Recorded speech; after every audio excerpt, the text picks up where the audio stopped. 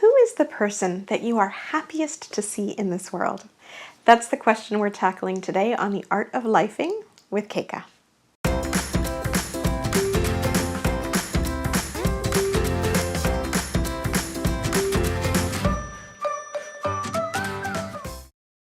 Years ago, I went on this retreat called Brave Soul in Ireland.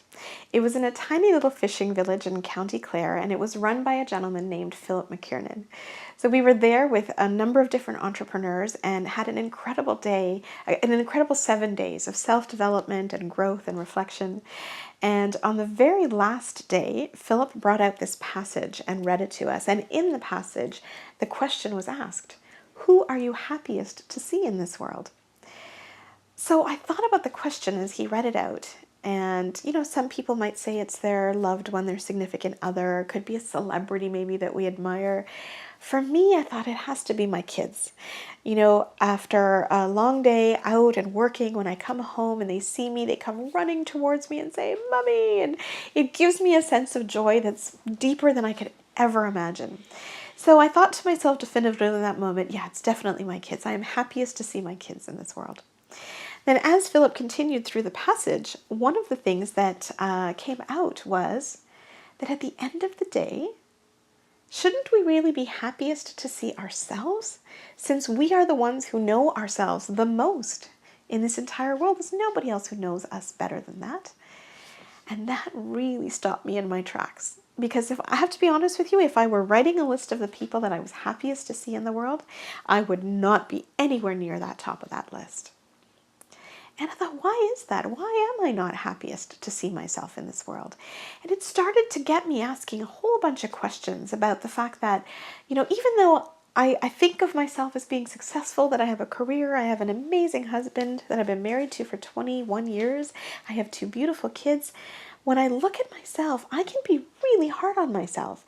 And many of us are like this, right? We are our own worst critic at the end of the day. But what does that mean for the way that we see ourselves and treat ourselves and the decisions that we make?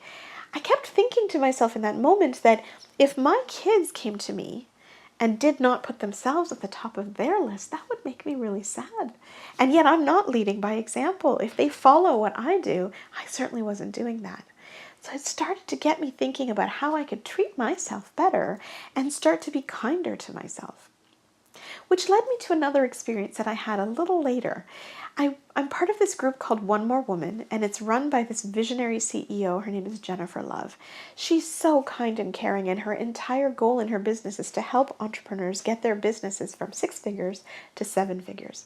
But in it, she talks about a lot of her stories. Within our community, she shares some really incredible stories. And she's very open about the fact that she struggled with an eating disorder. And she told me a story one day that just really hurt, just hit my heart. She said that when she felt like she was at the rock bottom of that journey, she was just in her head screaming at herself and putting herself down for being in that situation and having to deal with this disorder that she had. And in the blink of an eye, in a moment, she had this one insight, and she said, what if my best friend were here with me? What would my best friend do? She said rather than screaming at her, her best friend would be holding her hair, hugging her, comforting her, and telling her it's going to be okay. Tomorrow is going to be a better day. I still love you. It's all good. And she said that started her on a journey to then learn to become her very best friend. Wow, that hit me like a ton of bricks, because I certainly do not treat myself like I would my best friend. And so I'm deciding now on this journey through the art of lifing to really work on being kinder to myself, gentler to myself, treating myself the way that I would want to see my kids treat themselves. And the way in which to do that, Jennifer really gave me that insight to say I've got to start to practice being my very own best friend. So whenever I get into a moment where I start to put myself down, I have to remind myself again, what would my best friend say to me? What would I say to my best friend? And use that as the compass. So I'm going to take this moment to give my heartfelt, most grateful thanks to Philip McKiernan and Jennifer Love for giving me those insights and helping me embark on this new journey where I'm learning to do life on purpose and really be the example for my kids so that I can teach them by doing it myself, by walking the talk.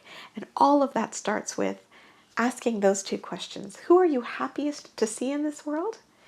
And what would your best friend say to you in your most difficult times? Those are my two pillars that I follow at every point. Anytime I have a struggle, I look at that and I ask those two questions. Have you had a similar story? Have you had somebody inspire you with something unique to look at? If so, please share with us in the comments below. I would love to hear from you as well. Thank you so much for watching this video. If you enjoyed it, please like it. And if you know someone who you think would like to see something like this as well, please share the video. If you want to see more content like this, subscribe to my channel. I put out new videos every week on Tuesdays.